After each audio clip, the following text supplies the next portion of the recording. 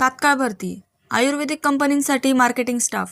शासन मान्यताप्राप्त आयुर्वेदिक कंपनीसाठी धुळे, नवापूर, तळोदा, शहादा, अक्कलकुवा, शिरपूर, शिंदखेडा, साक्री या तालुक्यांमध्ये मार्केटिंगसाठी मुले आवश्यक.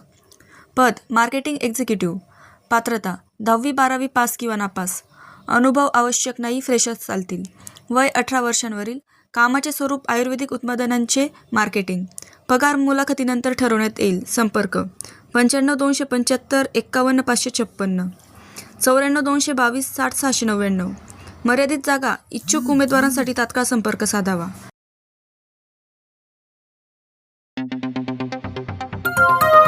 आपण बघत आहात डिजिटल इंडियाचे डिजिटल न्यूज. ठाम मत मराठी न्यूज. नमस्कार. आजच्या ठळक बातम्या. न्यू सिटी हायस्कूलमध्ये स्नेह मेळावा. मोबाईलच्या दुष्परिणामांवर पोलीस निरीक्षक शिल्पा पाटील यांचे प्रबोधन.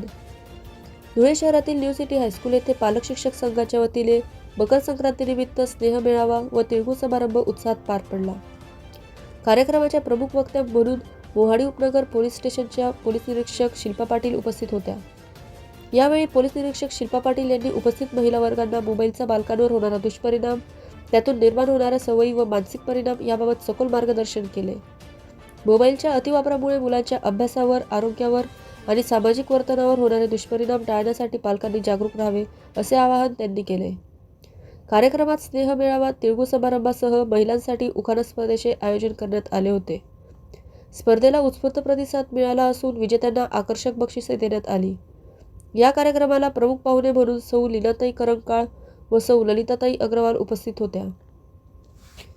मुख्याध्यापक व्ही.एन. हरकारे, उपमुख्याध्यापिका सौ जे. पर्यवेक्षक एस.व्ही. भामरे जोशी, सचिव सौ एस.व्ही. डोंगरे, कोषाध्यक्ष एस.एस. सौ जोशी, उपाध्यक्ष सौ साक्षी जोशी करून दुग्गड शाळेचे शिक्षक वर्ग, पालक व विद्यार्थी मोठ्या संख्येने उपस्थित होते.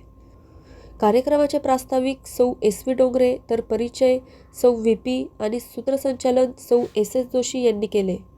कार्यक्रमाचे नियोजन व परीक्षण सौ वैशाली सोनवणे व प्रियंका आव्हाड यांनी केले होते. एम.आर. काकडे यांनी मान्यवरांचे आभार मानून कार्यक्रम संपवण्यात आला. ठाम मत मराठी न्यूजसाठी सोपान देसले, धुळे.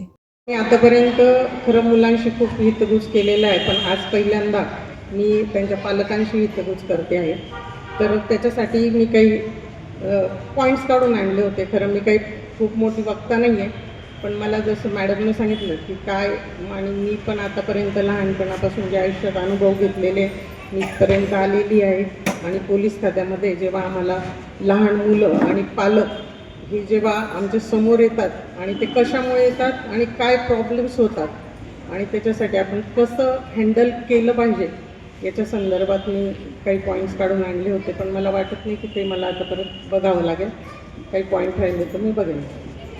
तर सगळ्यात पहिले सगळ्यात मोठा आता प्रॉब्लेम असा आहे की आपली जी जनरेशन आहे आणि आत्ताची जी जनरेशन आहे याच्यात खूप फरक आहे. म्हणजे आपण जसं वाढलो तेव्हा कदाचित तुमच्या वेळेस पण मोबाईल नसतील, तुम्ही लहान असाल तेव्हा आपण मोबाईल विरहित असं जीवन जगलेलो आहे.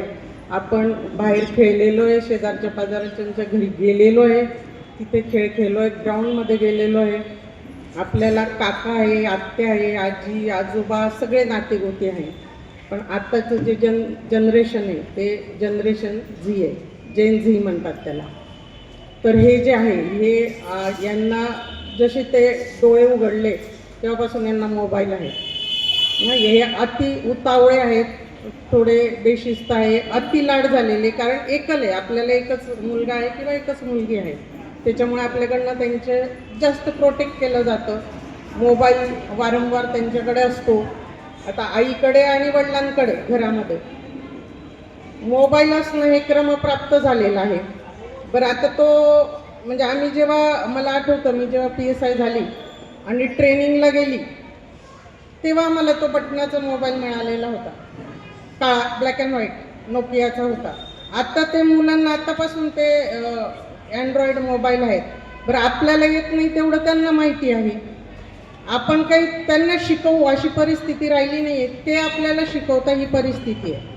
आणि हेच इथेच खरं या जनरेशनचं आपण गांभीर्य ओळखलं पाहिजे की जी माहिती त्यांना आजी आजोबांनी शिकवलं पाहिजे. संध्याकाळी आपण शुभम करोती म्हटलं असेल, देवाजवळ गेलो असेल, पण आत्ता तशी परिस्थिती प्रत्येक घरात राहिलेली नाही आहे. त्याला आपणही जबाबदार नाही, परिस्थिती तशी आहे. यावेळेस त्यांचे क्लासेस असतात, आजी आजोबा एकटं असतील, नाही तर मग गावाकडे असतील, तर त्यांना आपल्याला वेळ नाही. सगळ्या घरांमध्ये आई ह्या मेंढी नोकरी करताय, अर्थार्जन करताय. तर अशा वेळेस आपल्या पालकांना आपणच काहीतरी स्ट्रिक्टली नियम केल्याशिवाय ही परिस्थिती बदलणार नाही.